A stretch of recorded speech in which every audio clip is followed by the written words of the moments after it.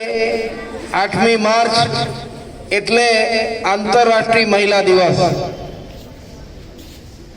આખા વિશ્વમાં આજના દિવસને મહિલા દિવસ તરીકે ઉજવવામાં આવે છે। 20મી સદીની શરૂઆતમાં ખાસ કરીને કામ કરતી બહેનોના કામના કલાકો વધુ હતા, વળતર ઓછું હતું। એ સંદર્ભમાં મોટી સંખ્યામાં મહિલાઓની એક રેલી નીકળી અને ત્યાર પછી યુનો દ્વારા 8મી માર્ચને મહિલા દિવસ તરીકે ઘોષિત કરવામાં આવ્યો। આમ તો આજે સ્ત્રી અને પુરુષમાં કંઈ ભેદભાવ રહ્યો નથી। બધા જ ક્ષેત્રોમાં વિજ્ઞાન અને ટેકનોલોજી હોય કે કોઈ પણ ક્ષેત્ર હોય ત્યાં પુરુષની સમકક્ષ સ્ત્રીઓ પણ ખભે ખભા મિલાવીને કામ કરતી થઈ છે। સ્ત્રી શક્તિનું સ્વરૂપ છે। વેદોમાં એવું કહેવાયું છે કે જ્યાં સ્ત્રીનું સન્માન છે ત્યાં ઈશ્વરનો વાસ હોય છે। માં શક્તિ, માં સરસ્વતી આપ સૌને વિદ્યાની દેવી ખૂબ જ વિદ્યા આપે, જીવન જીવવા માટેની સમજ અને શક્તિ આપે। જ્યારે પણ કાંઈ વિશિષ્ટ પરિસ્થિતિઓ આવે ત્યારે એને સારી રીતે તમે હેન્ડલ કરી શકો એવી તમને બધાને શુભકામનાઓ। ઇતિહાસમાં રાણી લક્ષ્મીબાઈથી લઈને અહલ્યાબાઈ હોલકરથી લઈને છેક કલ્પના ચાવલા સુધી કેટલાય એવા નારી રત્નો છે કે જેને આજે પણ લોકો યાદ કરે છે। 14-15 વર્ષની દીકરી સિંહની સામે તળા પાડીને ડાંગ લઈને એની પાછળ દોડે છે। એ ઘટનાને પણ આપણે આજે યાદ કરીએ। એક નેસમાં સિંહ આવે છે અને આ એક દીકરી એનો સામનો કરે છે। એ પણ આ ઇતિહાસની એક ગૌરવવંતી ઘટના છે। આપ સૌને મારી વિનંતી છે કે એવી પ્રતિજ્ઞા કરો આજે 8મી માર્ચે મહિલા દિવસના નિમિત્તે કે હું સફળતાના એવા શિખરો સર કરીશ કે મારા માતા પિતા અને કુટુંબનું નામ રોશન થાય, એમનું ગૌરવ વધે।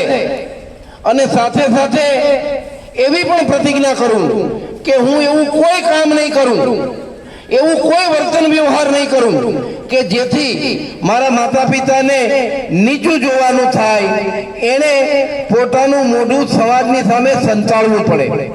આજના દિવસે એવી પ્રતિજ્ઞા કરો કે હું ખૂબ આગળ વધીશ, ખૂબ સારું કામ વ્યવસાય કરીશ, પરંતુ એવો કોઈ નિર્ણય નહીં કરું, એવું કોઈ કામ નહીં કરું કે જેમાં માતા પિતા અને કુટુંબને સમાજને નીચું જોવાનું થાય।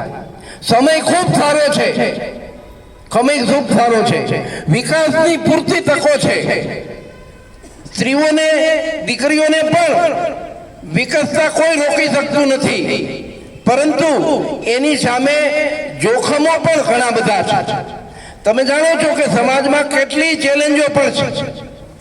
ભારતીય સનાતન સંસ્કૃતિમાં સ્ત્રીઓનું મહત્વ ભૂતકાળમાં હતું ને આજે છે, એમાં કોઈ સવાલ નથી। પણ સવાલ એ છે કે તમારે ક્યારે કયા પ્રકારનો વર્તન વ્યવહાર કરવો, કઈ રીતે જીવન જીવવું એ નક્કી કરવું પડશે।